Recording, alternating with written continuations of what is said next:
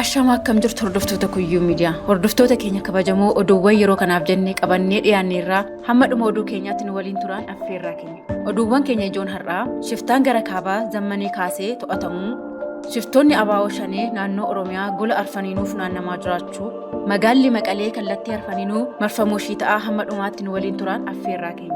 Shiftaan ani saba Amaaraa kan qabsaa'aa jedhee naannoo kaabaatti uummataa fi nageenya biyyattii kanaa goolaa ture zammana kaasee to'annoo seeraa jala ooluun dhaga'ame. Yakka garagaraan shakkamuun barbaadamaa kan ture zammana kaasee to'annoo jala ooluun koomishiniin poolisii naannoo Amaaraa beeksiseera.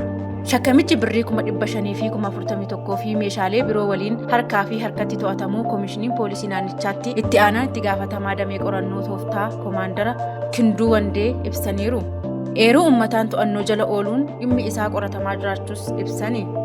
Magaala Bahar Daar ganda Duwwaa 3tti to'annoo jala ooluu isaa himaniiru.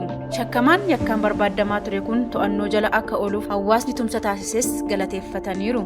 Shiftoonni shanee gola Oromiyaa arfaniinuuf naannamaa jiraachuu fi kaan isaanii immoo tarkaanfii keessa deebii hin qabne irratti fudhatamaa akka jiru maddeen amanamoon keenya nu eeranii jiru. Wayyaaneen abbaan shanee cinqii keessa galuun ishee shaneen akka saree maraatteetti qe'ee Oromiyaa keessa yeroo ishee fiigsaa jirutti harka gootota keenyaa keessa galuu isaanii hubatameera. Shaneen naannoo Oromiyaa jiran godinaalee lixa Shawaa, naannoo Wallaggaa fi Buunoo Baddallee jiran ooppireeshinii taasifamaa jiruun hedduun isaanii kan funaannamaa jiran yoo ta'u, kan hafan ammoo tarkaanfii keessa deebii hin qabne irratti fudhatamaa jiraachuu hubatamuun danda'ameera. Yeroo dhiyootti akkuma shifticha warra kaabaa zammana kaasee shiftoonni bosona Oromiyaas wal duraa duubaan akka hantuuta summii nyaatteetti wal ciniinanii dhufuun isaanii waan hin oolledha. Oduudhuma wal fakkaatuun naannoo Tigraay Maqaleen kallattii arfaniinuu marfamtee kan jirtuu fi shororkeessitoonni garee TPLF halkanii fi guyyaa tumamaa jiru.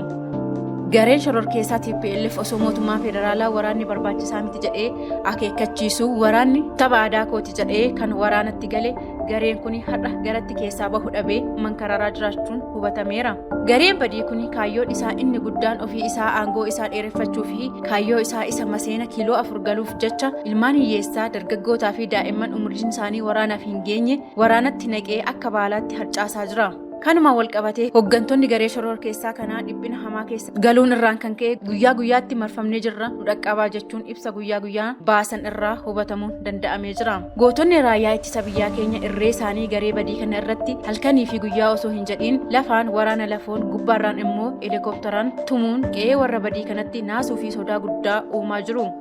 Mana abbaan ofirratti gube birmannaa hin qabu akkuma jedhamu wayyaaneen gatii quufa ishee waraana ofii eegalteen ofuma isheef gubachaa jirti. Iddoo kana Baayiden yookiin RCC'n hin jirani. Yeroof kan jiru gootota keenya warra ija barbaadaa raayyaa ittisa biyyaa keenya qofaadha. Iddoo kana Baayiden yookiin RCC'n hin jirani. Yeroof kan jiru gootota keenya warra ija barbaadaa raayyaa ittisa biyyaa keenya qofaadha. Obsaa ittiin jechuun oduu keenya har'a goolamna. Hanga qophii wal fakkaatuun walitti deebinutti nagaan nuuf turaa isiniin jechaa Kuyyuu Miidiyaa laayik, sheer, sabskiraayib gochuun dagatinaan dhaamsa keenya.